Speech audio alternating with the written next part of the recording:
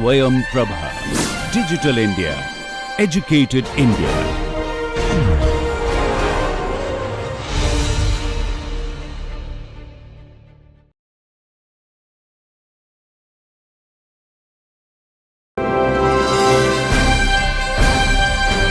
Swayam Prabha. Digital India.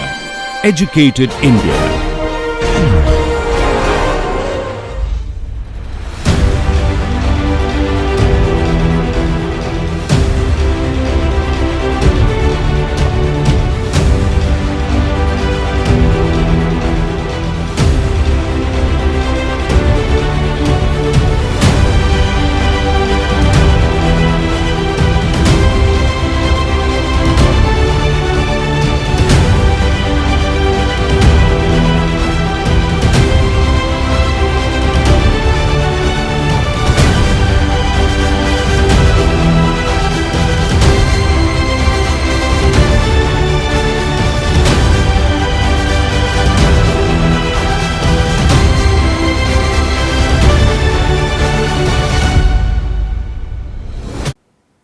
Namaste, welcome to the 13th session of our course Yoga and Positive Psychology for Managing Career and Life. Today I am going to start session by showing a large, huge flow diagram, not to scare you because that diagram has many classification, words, sub-classifications. So, the idea is not to scare you with the concepts, but to convey to you that lot of those things are already being discussed, already being covered, and how we are going to move ahead from there. So, this is the diagram, and in the previous session we talked about this sadhana chatushtaya, the fourfold spiritual practice, and out of the fourfold spiritual practice described in the Tattva Bodh of Sri Adi Sankaracharya, we discussed Shat Sampatti, we also discussed Abhyas and Vairagya. In Shat Sampatti, we discussed Sham, Dam, Uparati, Titiksha, Shraddha, Samadhan, we have already discussed that. In the Dam, we discussed about mind. Mind can be in the Chikta, Vikshipta, Mood, Ekagra and Niruddha state. In our previous session, we did not discuss mood deliberately because if we have some idea about the Chipta and Vikshipta, we can now understand the idea of mood, that is condition of mind including the tendencies that cause laziness and idleness. So, that is the mood state. We discussed all other four states.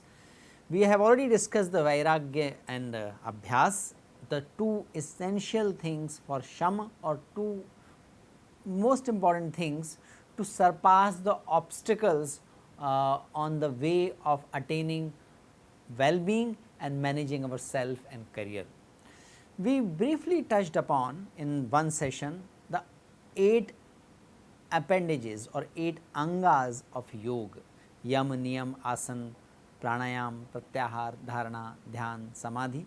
You will be hearing these words more often now, and afterward we will discuss the niyamas, the 5 niyamas and 5 yamas. Yamas and niyamas are considered to be do's and don'ts, they are more than that, that is what we are going to discuss.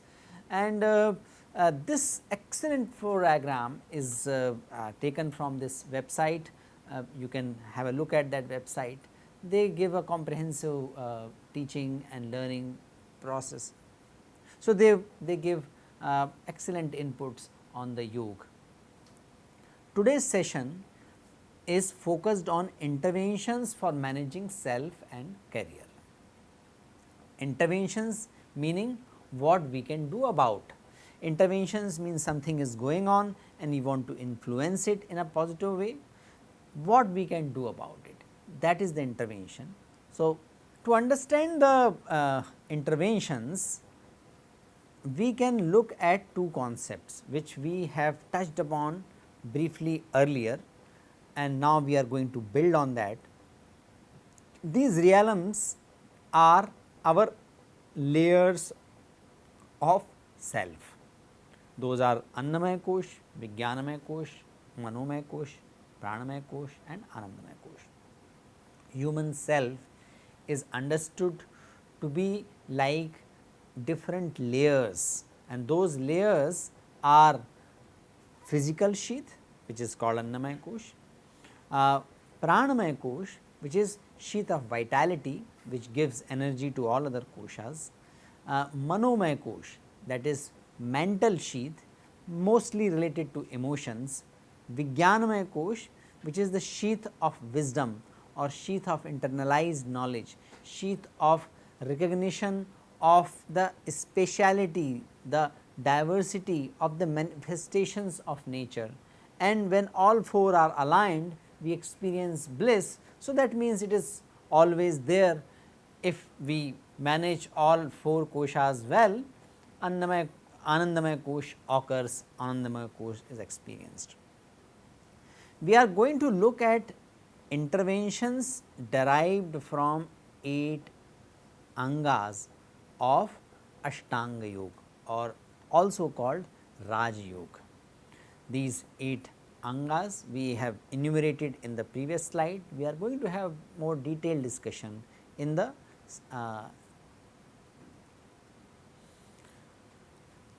modern times. Even more refined classification was given by Sri Aurobindo. So, Sri Aurobindo explained the human existence or consciousness per se at 5 levels. Satchidanand, supramental, that supramental is reflected in the common human being in the form of mental, vital and physical. So, physical aspect of self is physical consciousness, physical body. Physical body is largely subconscious or sometime unconscious. Most of the time we are unconscious, most of the time it works in a programmatic way. So, in that way it is, we are unconscious of what is happening in the liver or kidney or most of the organs. We get general experience of how we feel through our neurotransmitters and neurocells, and physical consciousness. So, physical consciousness is more mechanical and repetitive in character, it is limited to body needs. Then comes the vital aspects. In the vital aspects there are emotional vital, central vital and lower vital. These are correlated with the Pranamaya Kosh and Manomaya Kosh.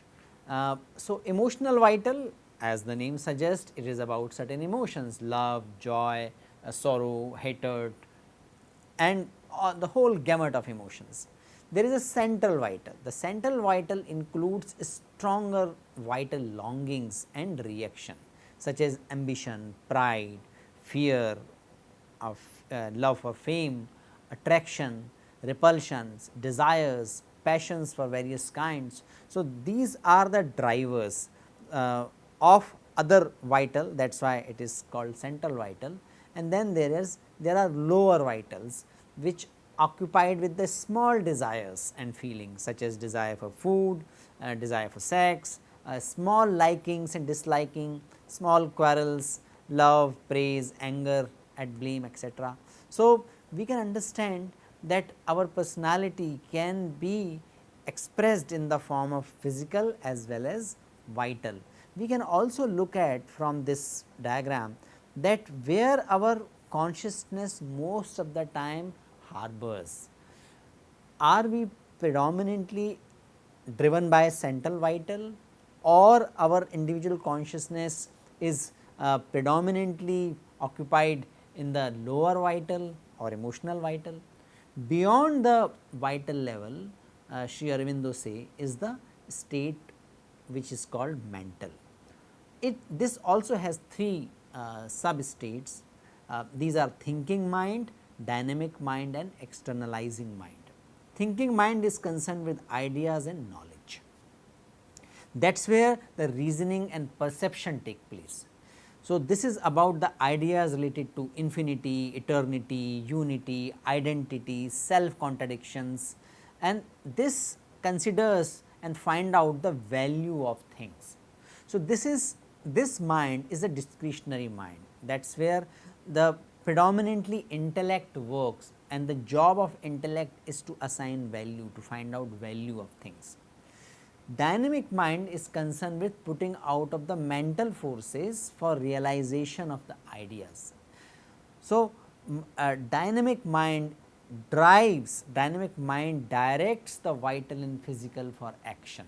An externalizing mind is more advanced form of dynamic mind, which is concerned with expression of ideas and knowledge and mental forces in life by more sophisticated actions. So, your planning, organizing, directing, interacting with people, building plans, envisioning, these all are the functions of externalizing mind that is primarily responsible for creating something out in the world. Preparation at the physical level is required by all of us. Similarly, we can nurture and manage the vital aspect. Managing self means managing physicality and also managing vital aspect. Those are emotional or central vital or lower vital. These are also the bedrock at which our mental level functions. This is influenced by mental level, and this in turn influences the mental level. So, there is a virtuous or vicious whatever cycle operates amongst these levels. So, the good thing is that we have that faculty in us, which is a witness, which is the master of all this, which can prepare vital and physical. Before going for an important match, people not only prepare their body, they also prepare their mind. They also inculcate specific types of emotions which are necessary to perform best in that situation. It also has its own power, not that everything has to be consciously at the mental level. We can use the mental level to prepare the vital and physical level. So, managing self means using mental level for preparing vital and physical level to accomplish whatever we wish to accomplish. It also means that taking care of our physical and vital, so that our mental can also be healthy and we are able to conceive right ideas. We can use our intellect in the most efficient way, make best judgment in the situations, and able to envision and then create whatever we wish to create in this life and in this career. You might recall, by this discussion of the self based on Sri Aurobindo's classification, we discussed something in the 7th and 8th chapter about, recall, we had discussion on the Panchakoshas as the notion of self. We also discussed that different koshas are classified into shariras or body. So, gross body is sthul sharir or gross body is annamaya kosh, sukshma sharir or subtle body is pranamaya kosh, manomaya kosh and vijnanamaya kosh, and karan sharir, the causal body, is anandamaya kosh. That is our real self.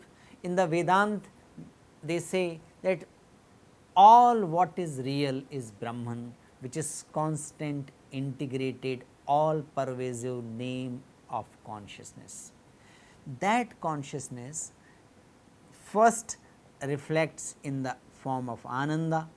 So, Sat Chit Anand, that is its form, that is its expression. Ananda is the first expression. From the Ananda comes Vijnanamaya Kosh, from the Vijnanamaya Kosh emerge Manomaya Kosh, then Pranamaya Kosh, and then the gross body appears. So, that is the basis of the Vedanta. In the Sankhya also, it is said that Purush, they merge, they come together in the presence of Mahat, and the Mahat result into Ahankar, Buddhi. From there emerge Tanmatra, the root senses, and from there comes the sense organs or faculty of senses. Panchakoshas emerge after that, and before that the Panch Tattvas come. So, in both the streams Sankhya and Vedanta, what is assumed is, so in both the streams Sankhya and Vedanta, it is upheld that constant integrated awareness in the presence of Prakriti or not in the presence of Prakriti. In the Sankhya they say it is with Prakriti, Brahman they say it is because of ignorance, because of Maya. So, these are the differences in the interpretations, but eventually both the systems believe that it is the subtlest and the most pervasive aspect result into more individualized aspect of physicality, mentality or physicalized aspect of individuality. So, if we have to manage ourselves, we need to manage at the gross level as well as the subtle levels. So, for that there are many interventions in the we call yoga. Yoga, as explained earlier, comes from the word yuj, that means the joint, that which joins, that which connects. First it was used for that piece of sent together for the work of agriculture. Is inherently it means that which connects, or actually it should mean that which reconnects. Our individual self and the cosmic self are always one.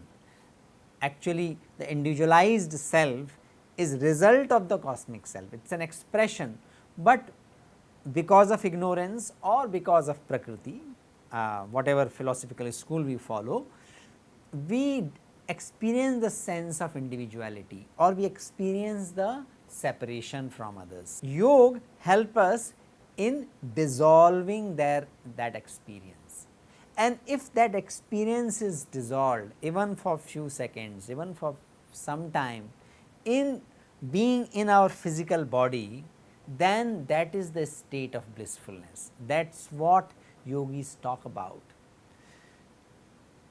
To achieve that state, there are predominantly 4 paths. There can be numerous paths. If you look at the list given in the Frustein's book on the psychology of yoga, he enumerates more than 40 types of yoga. You also must have heard about many types of yogas, but Swami Vivekananda classified it in a simplistic way. Branches: Bhakti Yoga, that is about surrender to the embodied form of universe. So, that constant integrated awareness, not many people can relate to that. So, they give some form to it, form of Krishna or form of Shiva or form of Ram. These are the forms given, these are also avatars, and these are accepted as the expressions or embodied form of Supreme. In fact, in the Indian tradition there is a notion of Ishtadev, whom you revere, whom you direct your most positive emotions, whom you consider the expression of the ultimate self or the best self or the Purusha or the Brahman. That expression is called Ishwar, and Ishwar is conceived as Ishtadev, and Ishtadev meaning the Dev or superior of your liking. So, we can actually form the Ishtadev. We not only can choose the multiple forms available in the form of Hanuman or Shiva or Ram or Krishna or form of mother, we can actually develop. So, theoretically yogic tradition also allows people to develop their own forms of their favorite form of Ishtadev. So, Bhakti Yoga predominantly it is Manomaya Kosh driven, Jnanamaya, then comes the Jnana Yoga. Jnana Yoga is based on the core question of who am I. So, they question, am I body, am I mind, am I Panchatatvas, am I society, am I my thoughts, am I my beliefs, etc. And by reflecting on these questions, they aim at reaching to the state of neti neti, the state of recognition that all that is experienced in general is the result of Maya, it is a result of my ignorance. It is called ignorance because we are the one supreme Brahman, and because of the ignorance we start recognizing as separate individualized selves. So, Jnana Yoga uses power of intellect. Based on that intellect, it constantly asks its disciple to ask the question about who am I, and that process through which this examination takes place is called Shravan, that is listening to these thoughts, Manan means thinking about these, and Nididhyasan meaning internalizing these and looking at how these thoughts become part of our actions as well. Fourth is Karma Yoga, when we aim at achieving the ultimate goal of life by action, when the spiritual realization, when the ultimate goal of human life is considered to be achieved through the path of action. Remaining in the world, being engaged in the day to day activities of job, vocation, business, can we attain the spiritual life? Can we attain the spiritual experience?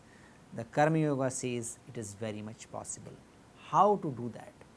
That can be done by first identifying what I am good at, what is my true nature, what is that by doing which I forget the sense of time, I just get immersed in that activity. I can carry on with that days after days, weeks after weeks without getting tired, and what gives me not pleasure, anand, bliss while being engaged into that. That is the combination of aptitude, my nature, my capabilities, my upbringing, so many things. That is the first form of Swadharma. That is the first aspect of Karma Yoga. Another aspect is offering that, whatever you are best at, offering that to make the world a better place, offering it for the world maintenance. That is the Karma Yoga. We are going to discuss the importance of Karma Yoga in terms of the career management. And fourth yoga is called Hatha Yoga or Raja Yoga. Swami Vivekananda called it Raja Yoga.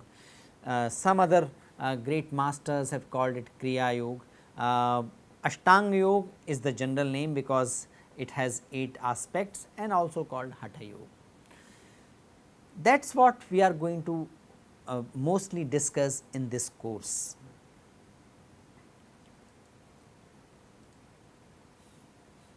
You also might recall we had a brief discussion on the Ashtanga Yoga in the section 9, where we explained that Ashtanga Yoga has physio-psychological interventions, which are for example pranayam and asanas are the physio-psychological in nature.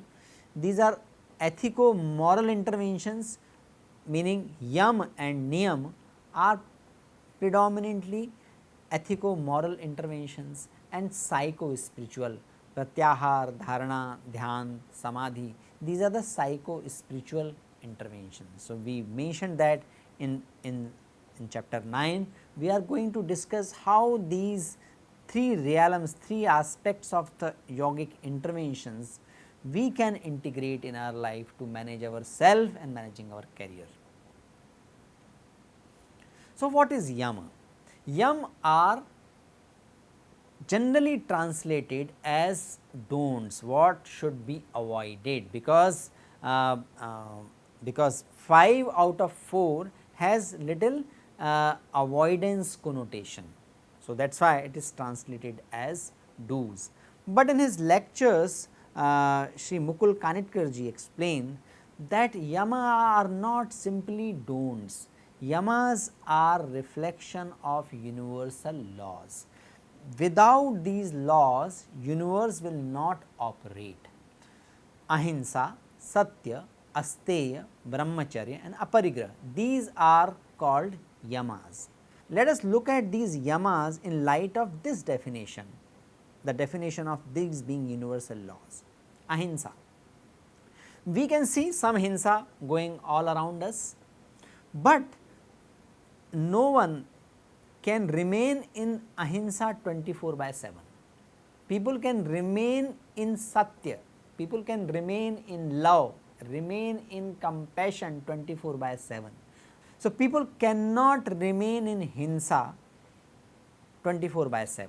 That is why the term ahimsa means non-violence. People cannot remain in people cannot remain violent 24/7. People can remain compassionate 24/7. We all can remain in truthfulness 24/7, but we cannot remain in violence 24/7. Though we see lot of violence all around, but that is not the true nature of human being or any creature in the world. Satya is truthfulness, being correct, being right. No one can speak untruth all the time.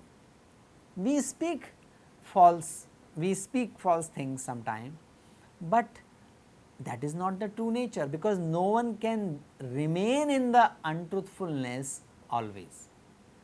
So, Satya, truthfulness is the law. People have to get back to that. People have to get back to Satya. Asteya, not stealing away things. We see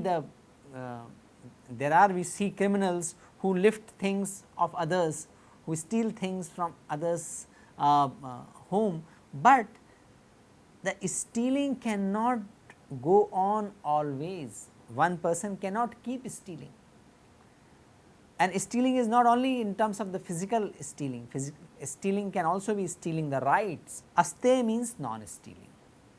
Brahmacharya means self-control, and one master explains no lovey-dovey when it is not expected. So, another Dr. Shankar explained, is a great scholar and practitioner of Ayurveda and the Western medicine both, explained that Brahmacharya is healthy sexuality. Aparigraha, non-hoarding. Non-hoarding, people can't just keep hoarding all the time, because there is a time, there is a situation where limitations occur. So, that is called aparigraha, non-hoarding, not hoarding things beyond reasonable limits. That is why these are called universal laws. We have to follow these laws, we need to be conscious of these. These contribute to our well-being. Then comes niyama. Niyamas are the social and personal observances. Niyamas can also be understood to be the basis on which we can practice the other angas of yoga.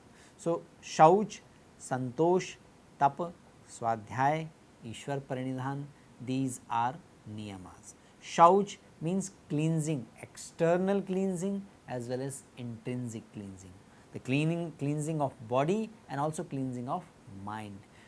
Keeping mind uncluttered, that is the first niyama. How can we keep mind uncluttered? Until we keep resolving things, until if I have a anger and if I do not forgive after some time, my mind will remain cluttered. If I have moha, means attachment, and if I do not declutter it by realizing that my moha is resulting into rag, which is attachment, which is resulting into lot of other dysfunctionalities, my mind will remain cluttered. So, we need to clean these things at the mental level as well, whether it is kam, krodh, lobh, moh, mad, matsar, we need to keep cleaning these things. Kam means desire, sensual pleasure. if we keep thinking about it, keep remain attached to that, our mind will remain cluttered. Shauch demand us to declutter the mind by looking at the limitation, looking at the discipline, looking at what is the ultimate objective of managing self and what is the ultimate career objective. In light of that, detaching from the moh is shauch, intrinsic cleansing. Similarly, lobh means my urge to hoard more, greed, it is also called greed. Mad, my pompousness, my tendency to show off things and not giving attention because I have enough for my eating and for my livelihood. Mad, matsar means jealousy. All these things clutter our mind, and because of that our mind remains unavailable to apply the intellect in the best possible way. It cannot make correct judgment. So, shauch is important, intrinsic decluttering is important, that is the first niyama. Santosh, that is contentment, that means we can put in our best effort, sometime we may get result which we assumed we will get, sometime we may not get result. Whatever we get after putting up the best effort, we need to be contented with that. If we do not remain contented, at least at some point of time, we will keep fighting, we keep running behind things. No one can afford to keep running behind things and possessions all the time. We need to have santosh, we need to have contentment at some point of time. So, that is niyama. Swadhyaya is self reflection, reflection, studying ourself, studying the scriptures also considered swadhyaya, because while reading the scripture we also reflect, and good scripture make us to reflect, am I like that, am I also like this, what am I doing. So, it provokes a self reflection. So, swadhyaya means studying self, either by reading the text or by reflecting on our own tendencies, reflecting on our own behavior, reflecting on our own relationships, reflecting on our own interactions with ourselves, with our career, with others. And Ishwar Pranidhan. Ishwar Pranidhan meaning recognizing that there is a higher power. That power can be in the form of Ishtadev, that power can also be in the form of universal intelligence, that higher power can also be considered as a bigger system. We all are part of system. If you look at our body, this body is a system, because multiple variables exist and multiple things exist, they work together. This body is amazing system because it has some human cells, and 5 times of the human cells we have bacteria. So, we are more like a bacterial colony than the human cells. That means this is a system, this is not one individual. Our mind gives us experience of being one integrated individual, but there are lot of subsystems operating in this body. Similarly, this body, this self is part of the society, this society is part of the bigger system called nation, bigger system called globe, bigger system called international system. So, and then the planet and then the whole universe and everything affects each other. Ishwar Pranidhan can also be understood to be a recognition that I am but part of a bigger system and made up of a smaller system. So, at some point of time I will have to surrender to the bigger intelligence. My mind is part of nature, my mind is part of the bigger system. So, naturally the part cannot fully comprehend the whole. So, having the wisdom to recognize that limitation at appropriate time, that is also in my understanding is Ishwar Pranidhan, surrendering to the bigger intelligence, surrendering to the universal order or order of the bigger system. Asanas are the physical postures. 84 postures are enumerated in the Hatha Yoga Pradipika. Asana is a later point of entry in the Ashtanga Yoga. In the Yoga Sutra, Patanjali says that Sthira Sukham Asanam, in the posture where you can sit comfortably, that is your asana. And how long? One test is that in a posture in which you can sit for one prahar is 1/8 of the day, that means about 24 hours, that posture in which you can sit for 3 hours, that is asana.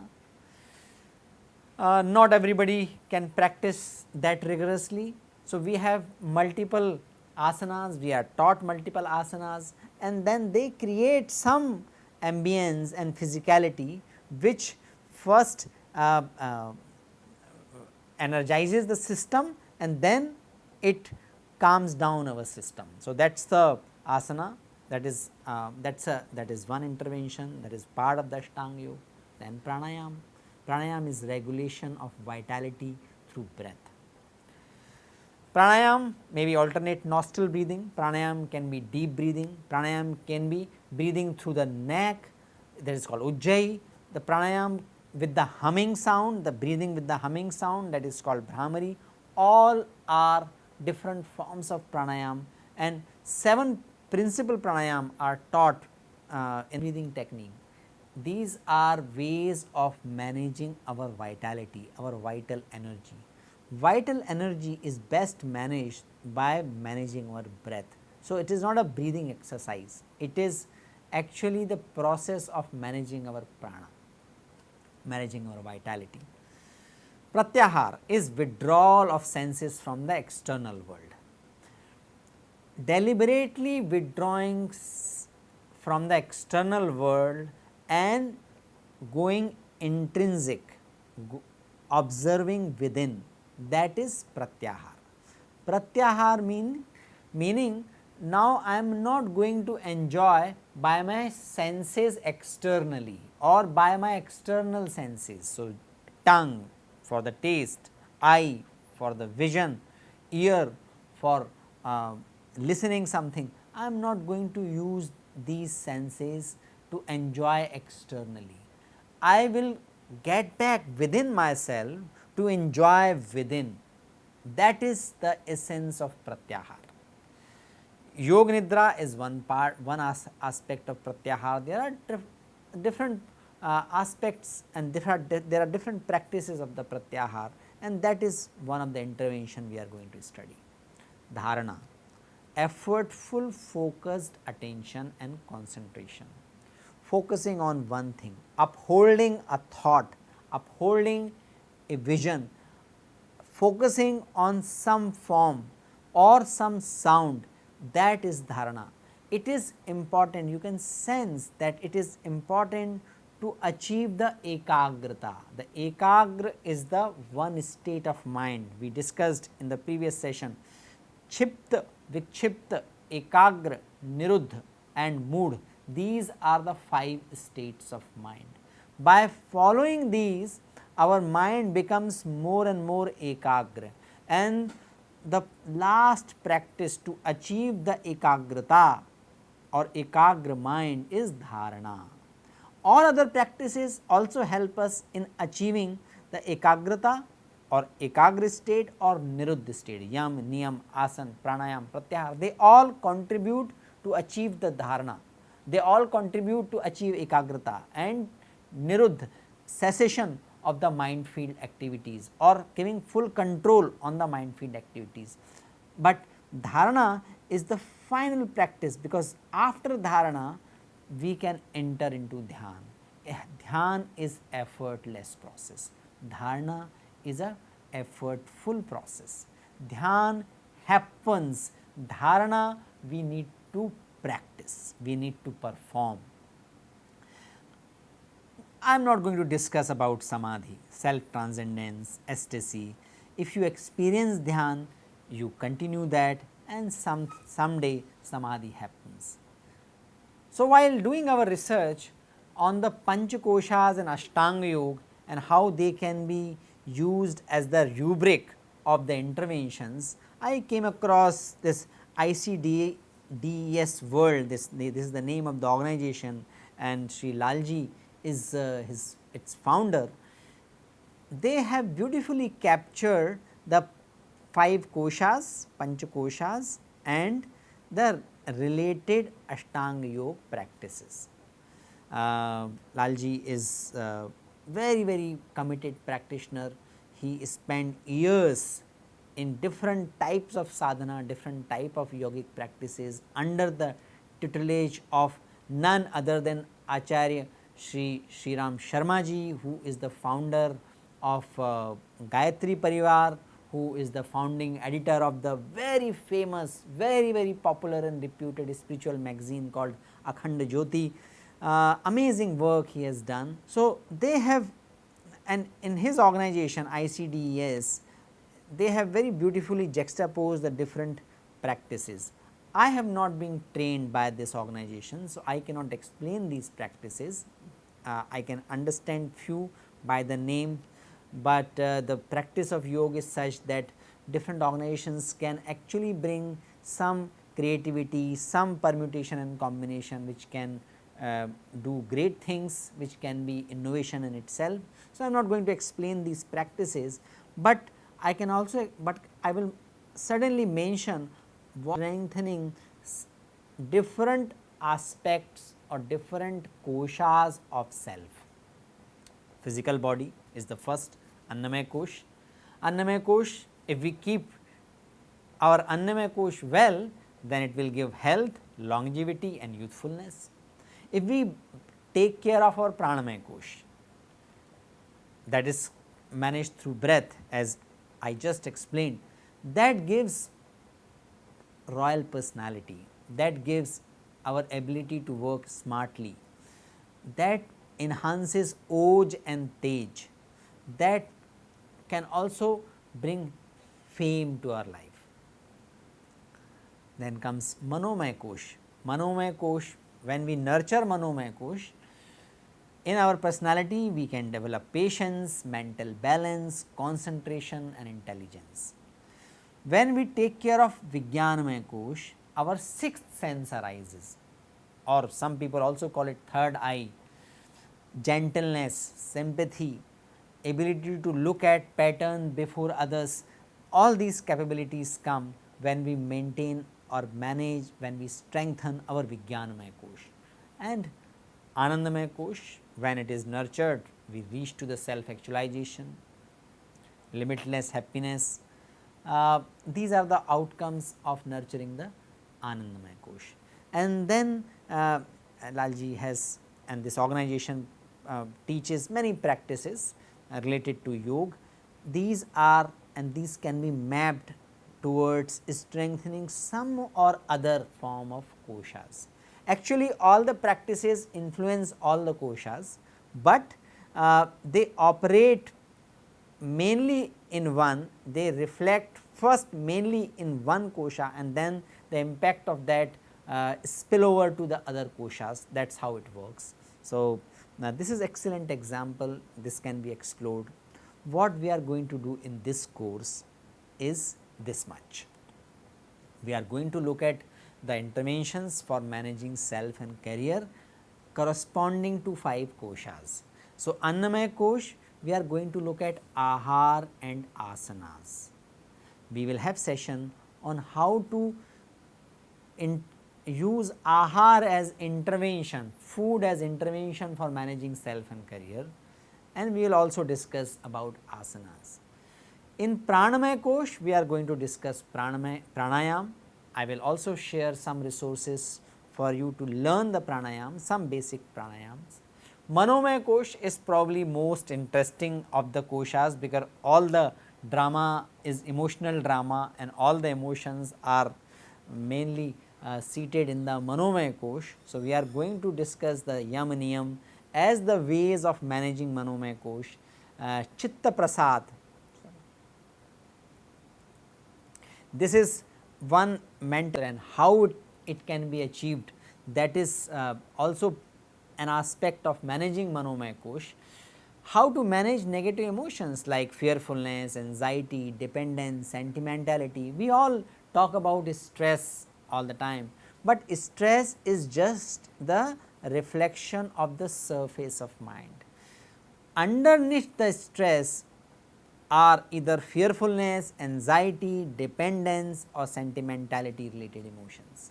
How to manage that, how to come over that, how to reduce those in our personality, that is what we are going to discuss as an intervention in this course.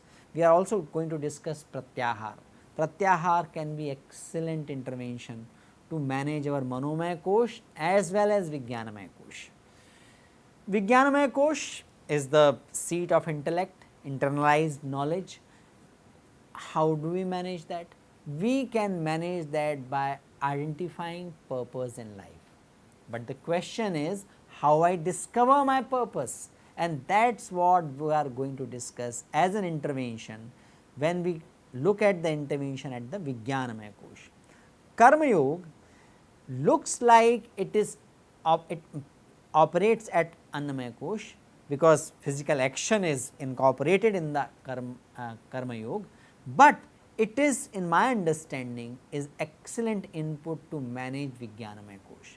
Modern time, mostly people are driven by intellect, mostly people operate and use their intellect, so much so that they suppress the Manomaya Kosh, do not take care of the Pranamaya Kosh, and as a result they are also not able to be very sensitive and hence not able to take care of Annamaya Kosh. So, Karma Yoga can be excellent intervention for managing career and managing life. That is what we are going to discuss. We are also going to discuss Dharana and Dhyan, some practices of Dharana and Dhyan and how they can be used as intervention for managing self and managing career. Anandamaya Kosh is about Dhyan and Samadhi. I can direct some resources where people can know more about it. We will have some discussion, but my focus is primarily on the 4 koshas, because my understanding is and my experience is that if you take care of the 4 koshas, 5th one happens. Nature take us to the 5th level. Nature when we focus on previous 4 koshas, and that is where the interventions can happen. In the Anandamaya Kosh, intervention in my understanding cannot happen. Anandamaya Kosh is to be experienced, and then though the intervention is possible, if we look at the life stories of Sri Ramakrishna Paramhans, he was experiencing Anandamaya Kosh most of the time, but still some intervention was required for him to reach to the even higher level of spiritual awakening, but we are not going to discuss much of those things in this course. We can conclude our discussion on the overview of the interventions by looking at the 3 pillars of health as explained in the Charak Samhita. 3 pillars of health explained in the Charak Samhita, the oldest literature, documented literature on the health and Ayurveda, the science of life. Traya upastambha iti, 3 pillars are aharah, that is food, swapno, that is related to sleep, and brahmacharya miti. Iti means hence, and these ahar, food, swapna or sleep, and brahmacharya, self control, these are the 3 pillars of health as explained in the Charak Samhita. Ebhi tribhi, these 3 yukti yuktai, when done properly, upastambham, they make available something. What do they make available? Shariram balavarna upachayam upachitam anuvartate yavat ayu sanskarat sanskaram ahitam up sevamanasya yah ih eva upadikshate. By wisdom of well regulated support of these pillars, what do we get?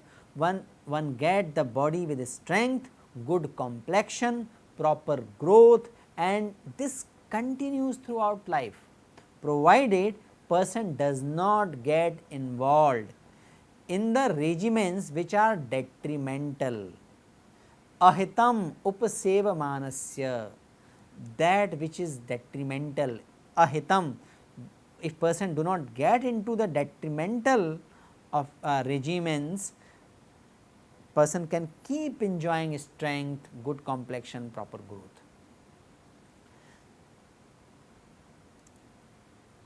We can see how these three pillars are deeply connected to the Ashtanga Yoga, how these three pillars can be achieved through Ashtanga Yoga. Yam, Niyam, these are very important as self control. Until we follow the Yam and Niyam, we cannot experience the self control. That self control becomes the basis of our health. This also affects the quality of sleep. You must have heard that I can sleep comfortably if my conscience is clear. When will my conscience be clear? When I am following yamas and niyamas, then only my conscience will be clear. There is no situation, there is no point where human being can say that they cannot, they do not need, so I do not need niyamas.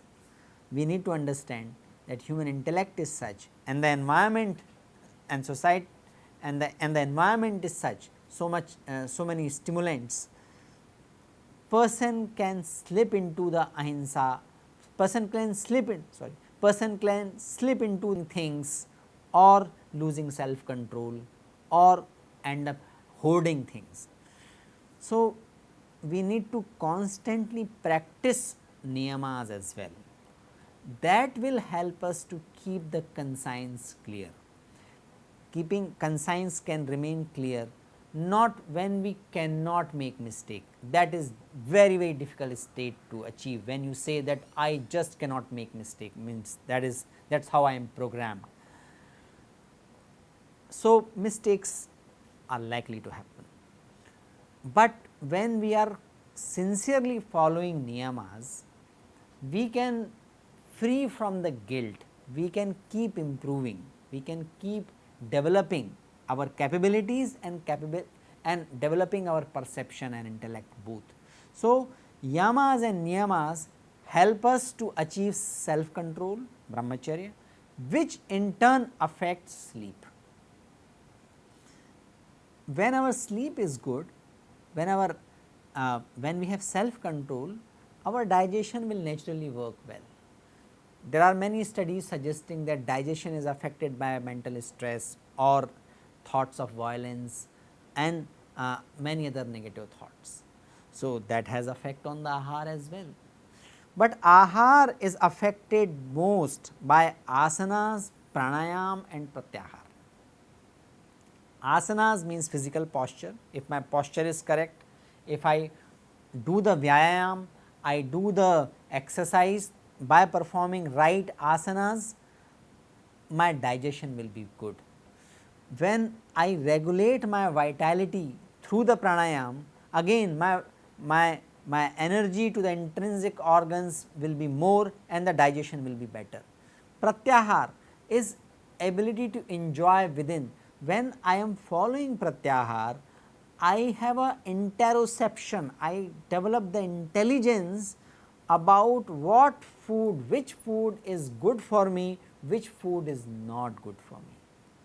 That is excellent form of self control, and that helps in achieving brahmacharya and in turn affect the quality of sleep. So, you can look at asana, pranayam and pratyahar. First they impact the nutrition ahar, and then they impact brahmacharya and or nidra as well. Dharana, dhyan, samadhi are related to sleep, self control and ahar, all three things. When I have dharana, when my mind is ekagra, I am focused, I can understand my body and I can understand my emotions well. Accordingly, I can choose which ahar to be taken and which emotions to be entertained, which thoughts have to be entertained. Dhyan is phal, dhyan is the outcome of dharana, dhyan is a effortless state.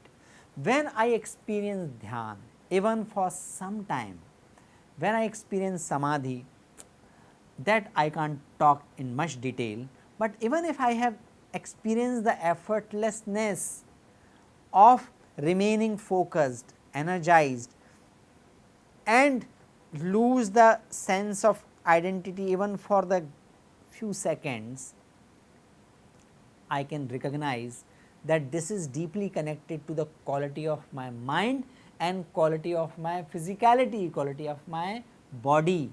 That means quality of the thoughts and emotions I entertain and quality of food I intake. Once I have experienced the joy of meditation and have a glimpse of very primitive level of samadhi, I will certainly become very, very conscious of the mental as well as physical state of mind, because we know that those are very joyful moments, and in order to keep having those joyful moments in our life, we need to manage these instruments. Mind is instrument and body is an instrument. We need to manage these instruments well. So, naturally we will not take these instruments for granted, and that will naturally result in managing self, and that will be reflected in managing career. Managing career does not mean you have all the money, all the power, all the possessions. Managing career meaning I am spending time, people spend at least 5, 6, 8 hours at job, what they call career. Managing career is not having the highest position in the office or most cherished, most valuable possessions as your compensation. Managing career meaning I can joyfully spend my time in the job, I can grow in job, I can have positive relationship at job, I feel engaged in the job, and job make me feel happy. That is the essence of managing career, and that is where managing career and managing self can merge. That is experienced in mind, and that requires maintenance of our mental state as well as physical state. So, three pillars of health are not only about managing self, these are also about managing career. Once we experience the joy of the balance of these three pillars, we can continue to practice on this.